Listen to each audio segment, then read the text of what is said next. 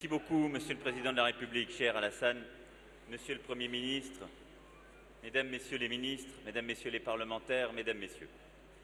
Je suis très heureux de me retrouver à vos côtés à Abidjan, parce que la Côte d'Ivoire est un partenaire de tout premier plan pour la France et un partenaire qui prend toutes ses responsabilités pour le continent africain. Je veux d'abord vous féliciter et vous remercier pour l'organisation du sommet Union africaine-Union européenne, ici à Abidjan. Je sais combien de tels sommets sont difficiles à organiser, combien vous vous êtes personnellement investi, et je peux dire que la réussite de ce sommet pour la jeunesse est largement votre due. Merci donc pour cela. Monsieur le Président de la République, vous avez permis hier à la jeunesse africaine et européenne de s'exprimer, de nous dire ce qu'elle attendait. J'ai pu aussi m'exprimer lors des tables rondes et dire combien nous devions ensemble revisiter la relation entre l'Europe et l'Afrique.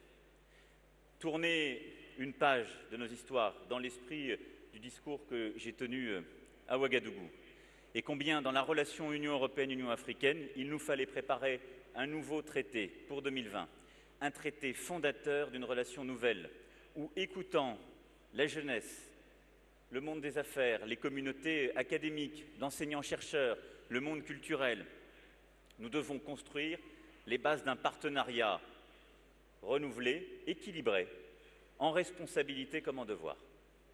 C'est tout le travail qui est le nôtre dans les mois à venir et l'Union européenne et l'Union africaine ont à ce titre une grande responsabilité.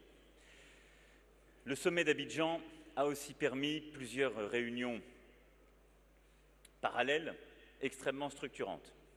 Vous en avez tenu une hier soir sur le Togo, nous en avons tenu une extrêmement importante sur la Libye, dont j'ai rendu compte, non seulement condamnant, comme vous venez de le faire, l'ignoble traite d'êtres humains qui aujourd'hui sévit sur le continent africain, insistant sur le message à envoyer à toute la jeunesse africaine pour lui dire de ne pas céder au message des passeurs et des trafiquants qui l'exploitent, qui leur font des promesses intenables, qui les manipulent, mais surtout mettant en œuvre, entre l'Union africaine, l'Union européenne et les Nations unies, un protocole de travail de court terme, de moyen terme et de long terme pour éradiquer ce fléau, avec des mesures très précises dont j'ai rendu compte hier et sur lesquelles nous avons commencé à nous engager avec l'Organisation internationale des migrations, l'Union africaine et l'ensemble des pays européens. Ce travail est indispensable et cette réunion d'urgence que la France a voulu déclencher hier a été permise grâce au sommet.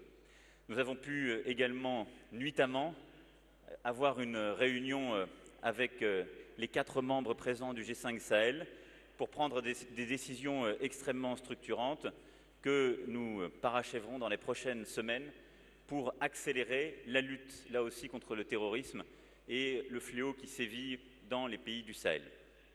Et je sais combien vous êtes attachés à ce sujet et je tiens sincèrement à vous en remercier. Ce sommet, j'en suis sûr, dans quelques heures, permettra des conclusions fructueuses, mais nous n'oublions jamais qu'ils ne sont que des conclusions intérimaires. Il nous faut derrière des actes, la réalisation de projets, des éléments concrets qui changeront la vie de nos populations. Et c'est cela qui est attendu de nous. C'est pourquoi, dans ce cadre, notre relation bilatérale, ancienne, forte, vivace, qui est faite de femmes et d'hommes vivant entre nos deux pays et dans nos deux pays, d'histoire familiale et de génération en génération, elle se traduit, nous venons d'en parler, nous venons de signer plusieurs accords et nous venons de faire ce court voyage sur ce tram à l'instant, elle se traduit par des projets concrets qui vont changer la vie des Ivoiriens.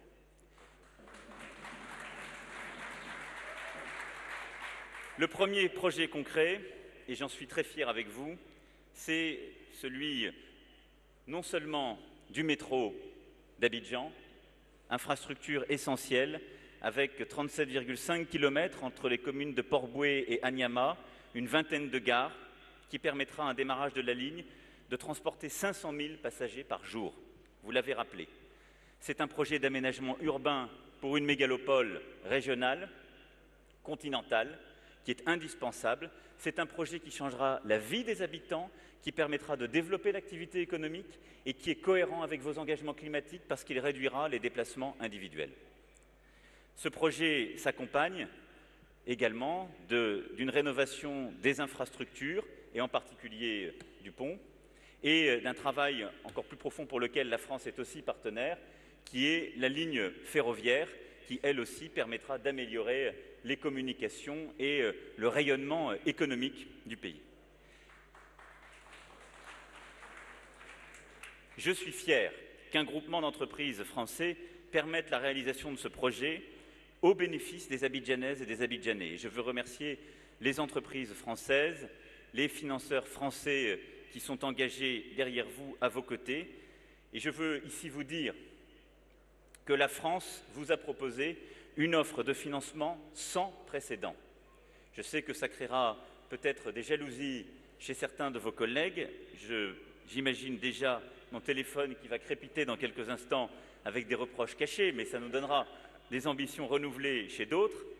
Mais avec 1,4 milliard d'euros, cette offre constitue l'effort le plus important que la France ait jamais réuni au démarrage d'un projet de transport urbain à l'étranger.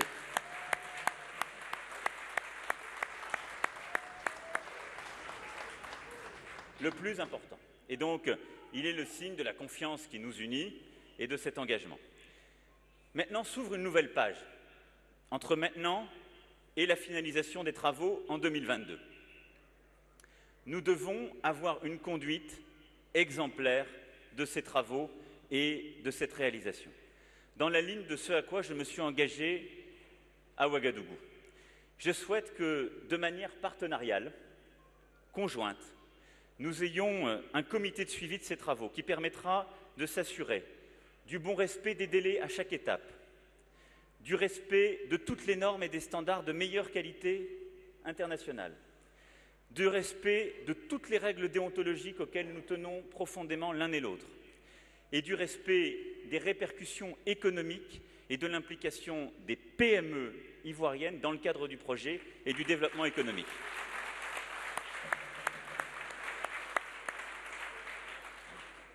Et je demande à ce que notre ambassadeur soit particulièrement impliqué à vos côtés dans le suivi de ce travail. C'est donc pour moi un grand plaisir, à vos côtés, de développer ce projet très concret. Nous voulons ensuite, de manière très concrète, continuer à développer dans notre relation quelque chose qui est aussi très important pour votre jeunesse, c'est les liens qui existent en matière d'enseignement scolaire et d'enseignement supérieur. Nous avons déjà plusieurs initiatives qui existent. Je souhaite, là aussi, dans le cadre de l'engagement que j'ai pris pour l'Afrique, développer des initiatives permettant de renforcer les échanges croisés dans le domaine de l'enseignement supérieur. Je souhaite que nous puissions développer, dans les tout prochains mois, avec des ouvertures concrètes pour la rentrée 2018, des partenariats entre établissements français et ivoiriens, et proposer davantage de doubles diplômes et de formations partagées. Il est important que les jeunes Ivoiriennes et les jeunes Ivoiriens qui veulent poursuivre des études supérieures puissent le faire en Côte d'Ivoire avec des doubles diplômes, des diplômes qui sont reconnus par les meilleures écoles d'ingénieurs ou les meilleures universités françaises, qu'ils puissent le faire en attirant aussi toute la jeunesse de la région. Et je souhaite que nous puissions, ensemble, faire d'Abidjan un hub d'éducation régionale de référence.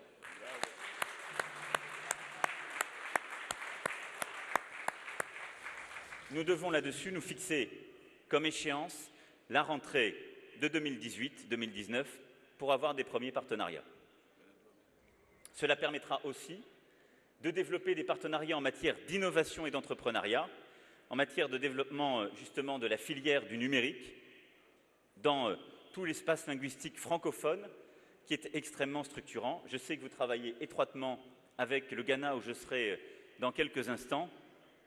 Vous êtes aujourd'hui les deux piliers de ce développement numérique sur lesquels, là aussi, nous devons nous appuyer. Le troisième élément concret de la relation bilatérale que je souhaite développer, c'est la lutte contre le terrorisme et le renforcement de notre sécurité collective. Nous l'avons évoqué lors du sommet, dans les réunions justement, qui se sont tenus aussi sur la Libye ou sur le Sahel. Le terrorisme, aujourd'hui, est un fléau absolument terrible qui frappe nombre de régions, mais qui frappe aussi l'Afrique. Il fait partie du quotidien de plusieurs pays voisins et il peut, si nous n'arrêtons pas sa route, venir aussi frapper le pays. Et je n'oublie pas ici les victimes ivoiriennes et françaises de Grand Bassam. Ce risque est réel, il a fait partie de nos histoires, il fait partie pour la France aussi de son actualité, et donc nous devons nous engager pleinement pour son éradication. Pour mener le combat, la France a poussé plusieurs initiatives au niveau de l'Union africaine, dans la zone libyenne, au sein du G5 Sahel. Je souhaite que nous puissions, avec la Côte d'Ivoire, avoir un partenariat tout particulier et appuyer la Côte d'Ivoire pour créer une école régionale dédiée à la lutte contre le terrorisme.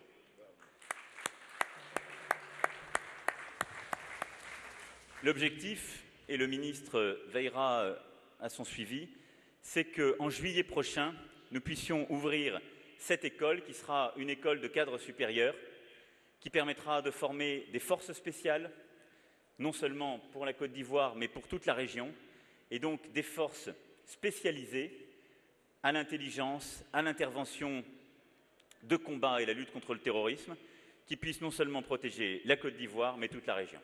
Nous avons besoin de ce partenariat, et ce partenariat régional sera constitué ici.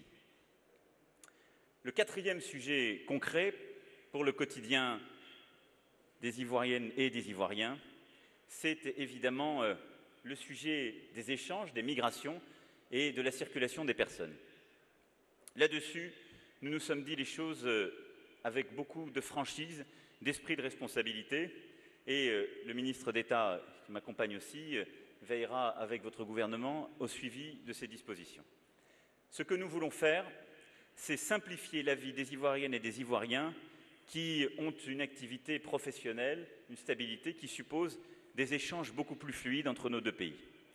Aussi, allons-nous mettre en place un nouveau système de visa de circulation qui permettra de faciliter les déplacements pour les chefs d'entreprise qui, aujourd'hui, respectent tout le formalisme nécessaire et ont une activité stable, reconnue par la Côte d'Ivoire, pour les représentants politiques, les élus, pour la haute administration, pour les enseignants-chercheurs, le monde culturel et le monde sportif. Nous allons mettre en place des visas de circulation dont la durée sera celle du passeport.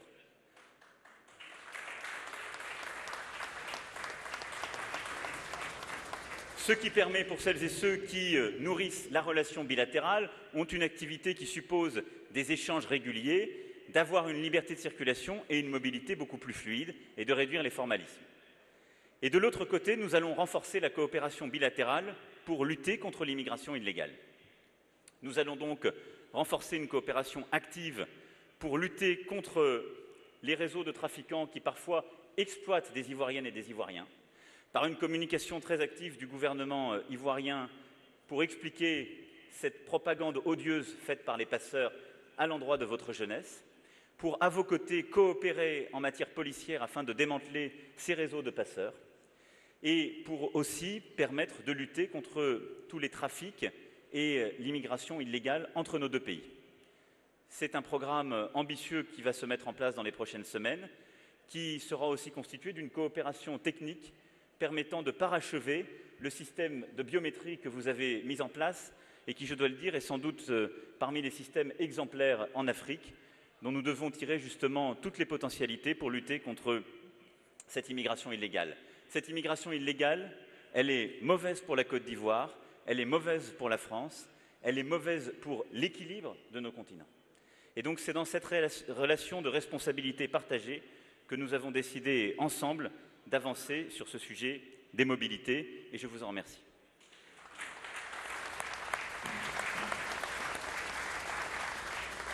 Nous aurons enfin d'autres partenariats au-delà du projet concret de ce jour, qui continueront à se développer pour encourager nos projets dans le développement durable. Je rappelle qu'en juillet dernier, nous avions ensemble défini comme priorité l'éducation, la sécurité, le développement durable. pour celles et ceux qui suivent avec attention, et c'est normal et c'est juste que les déclarations soient suivies des faits, nous sommes au rendez-vous des résultats. Vous aviez entendu des déclarations en juillet, vous avez des résultats concrets sur chacun des sujets. Aujourd'hui, annoncés avec soit des résultats, soit des échéances. Eh bien, nous allons continuer en matière de développement durable pour, là aussi, encourager, financer des projets entrepreneuriaux sur le terrain. Et je vous remercie d'être présent à Paris le 12 décembre prochain pour le One Planet Summit, qui permettra en effet, et l'Afrique y jouera un rôle central, de mettre sur la table une série de projets concrets, de responsabiliser les bailleurs de fonds internationaux et régionaux, avec un rôle important que jouera la BAD, et de s'assurer de l'accélération des procédures, de l'engagement des financements privés et publics européens pour être au rendez-vous de ces projets. Nous y veillerons ensemble, mais c'est pour moi l'un des objectifs du sommet du 12 décembre prochain. Voilà, mesdames et messieurs, de manière extrêmement concrète et engagée, ce que je voulais dire à l'issue de cette séquence bilatérale de mon déplacement à Abidjan. La vie des Ivoiriennes et des Ivoiriens va changer grâce à la coopération entre nos deux pays.